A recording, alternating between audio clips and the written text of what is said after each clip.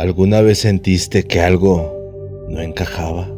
Que el tiempo no fluyó como debía, que un lugar conocido de pronto se volvió irreconocible. Y si te dijera que hay personas que aseguran haber salido de su casa y jamás regresaron a la misma realidad. Esta noche te hablaremos de testimonios reales, personas comunes que por unos minutos salieron del mundo tal como lo conocemos. Calles que aparecen y desaparecen, rutas que desafían el tiempo, voces en lugares vacíos y memorias de algo que no pudo haber pasado, pero pasó. Prepárate para escuchar el episodio 103 de La Noche y sus historias. Pero antes de comenzar, queremos advertirte que esa silla con ropa sucia al fondo de tu habitación, ese abrigo colgado o esa sombra en la ventana, podría no ser lo que tu mente quiere creer. Por eso solo recuerden una cosa: no volteen a la oscuridad. Anónimo. A mí lo que me pasó en una ocasión, no recuerdo bien la estación del metro, pero creo que era Chabacano. Yo iba hacia Tacubaya. Me subí al metro, iba con mi celular en la mano, porque iba leyendo. Todos los asientos estaban ocupados. Solo había uno que fue donde me senté. Las puertas se cerraron y el metro avanzó. Yo iba entretenido en mi teléfono. Después de unos minutos volteé a ver cuántas estaciones me faltaban. El metro llegó a la siguiente estación, pero era exactamente en la que me había subido. Sentí un vacío horrible en el estómago. Me sentí muy confundida. Inmediatamente volteé a ver a las personas y no había ninguna de las que estaban cuando me subí. Me bajé muy rápido del metro y me quedé sobre el andén, muy asustada, y no entendía lo que había pasado. Al momento pensé que me perdí en la lectura y ya había dado la vuelta completa de la línea, pero según yo, hacía de 15 a 20 minutos para llegar a Tacubaya, y realmente todavía no acababa de leer ni 2 hojas de mi lectura. Me dio mucho miedo y no supe cómo sucedió eso y cuánto tiempo pasó. Anónimo. Fue una tarde cualquiera en el centro histórico de la Ciudad de México. El sol caía justo encima de nuestras cabezas, proyectando sombras alargadas entre los edificios coloniales que custodian el Zócalo. Caminaba con mi papá por la calle de Moneda, entre vendedores ambulantes, turistas y el murmullo constante de la ciudad. Todo parecía normal, hasta que dimos vuelta en una esquina que curiosamente no recordaba haber visto nunca. Era una calle angosta, adoquinada, con faroles antiguos de hierro forjado y fachadas de casas que parecían salidas de otro siglo. Lo más extraño era el ambiente. El bullicio de la ciudad desapareció de golpe. Todo era silencioso, salvo por el sonido seco de los cascos de los caballos, que tiraban de carretas de madera crujiente. Hombres vestidos con trajes elegantes y mujeres con largos vestidos de encaje caminaban por ahí como si fueran invisibles. ¿Qué calle es esta?, preguntamos a un señor mayor con sombrero, pero él ni siquiera volteó a vernos. Nos miramos mi papá y yo, intentando encontrar alguna explicación. Un set de película, una representación histórica, pero no había cámaras, ni espectadores, ni señales modernas de ningún tipo. No había cables, ni postes de luz, mucho menos letreros comerciales. Todo olía a madera húmeda, a tierra y a incienso. Hasta el aire era distinto, más denso, como si estuviéramos respirando en otro tiempo. Intentamos regresar por donde habíamos entrado, pero la calle ya no estaba. Dimos vuelta una y otra vez y terminábamos exactamente en la misma calle, con las mismas personas pasando una y otra vez, como si fuera una escena en repetición. El cielo parecía suspendido, con un tono dorado que no correspondía a ninguna hora del día. No teníamos celular, pero sabíamos que eran las 2 de la tarde cuando entramos.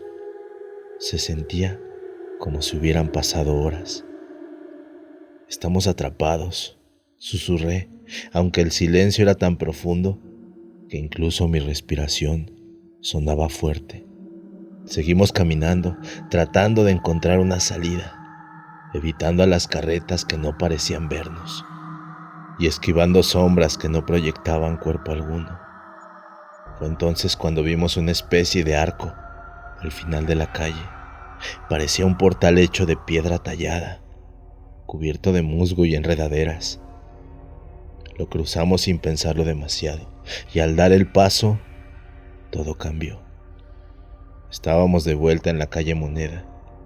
El bullicio regresó de golpe, los ruidos de los autos, los vendedores, los turistas, el sonido de la campana de la catedral. Todo había vuelto. Mi papá se detuvo en seco y le preguntó a una señora que pasaba: «Disculpe, ¿qué hora es?». La señora revisó su reloj y le respondió: «Las 2 en punto». Nos quedamos helados. No era posible. Habíamos caminado mucho tiempo y no había pasado ni un solo segundo.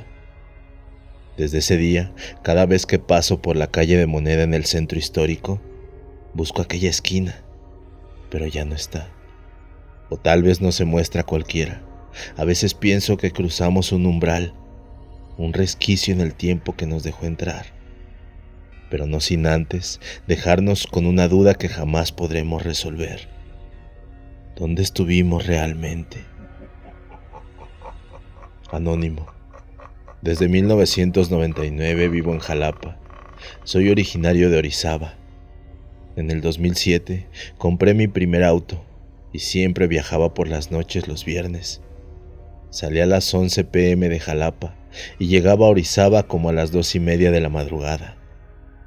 Siempre la carretera solitaria. Nunca me ha gustado conducir rápido y en ese horario nunca había tráfico. El punto es que si buscan Google Maps ADO Orizaba, Tacos del Meridiano a Jalapa, les marcará una ruta de casi 3 horas, que era la ruta que yo hacía.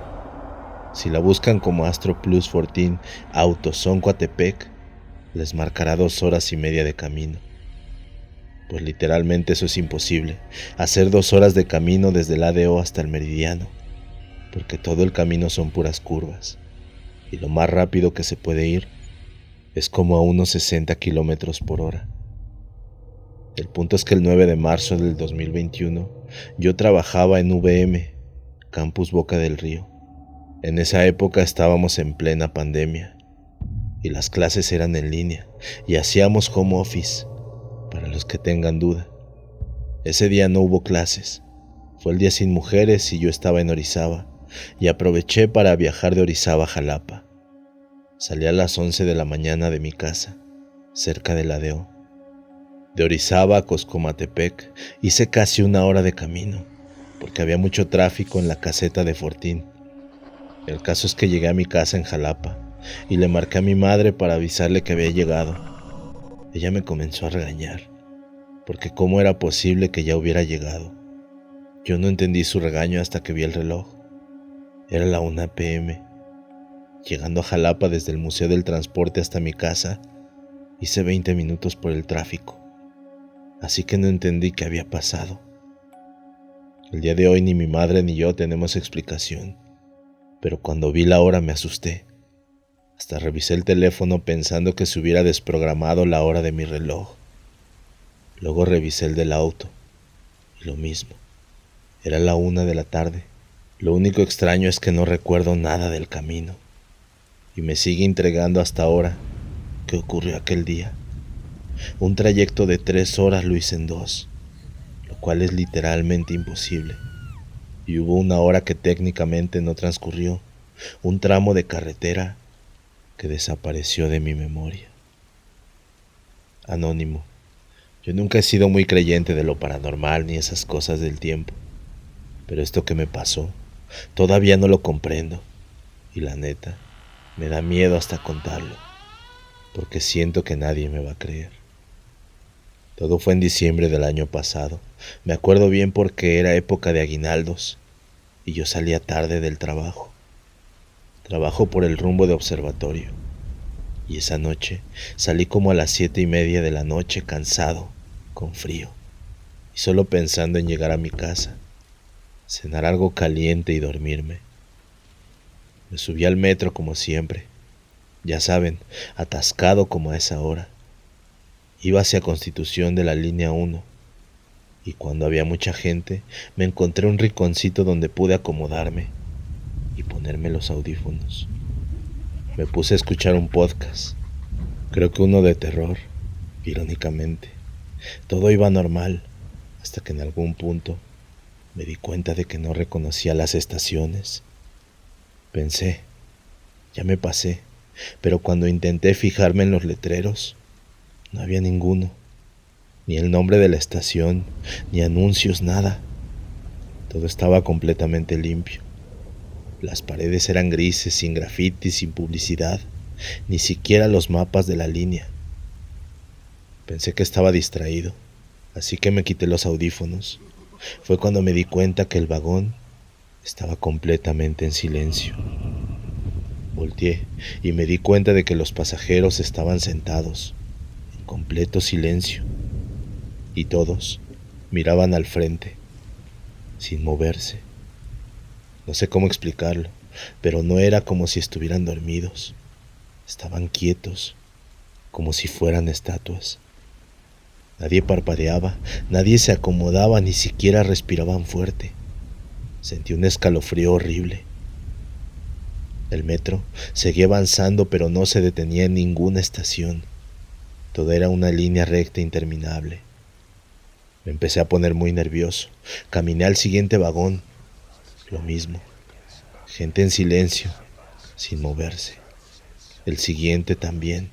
Luego otro. Vacío completamente. Como si el metro hubiera estado abandonado por años. Hasta que al fondo vi algo. No sé si era una persona, pero era algo parado junto a la puerta, mirándome. No se movía. Tenía los brazos colgando, como flácidos, y la cabeza medio ladeada. No me atreví a acercarme. Me regresé corriendo al vagón donde estaba. Fue entonces cuando de la nada el tren se detuvo. Se escuchó el sonido de las puertas, ese pitido agudo, y las puertas se abrieron. Era la estación Tacuba. Todo estaba normal otra vez. Ruido, anuncios, gente entrando. Me bajé como si me hubiera salvado de un incendio.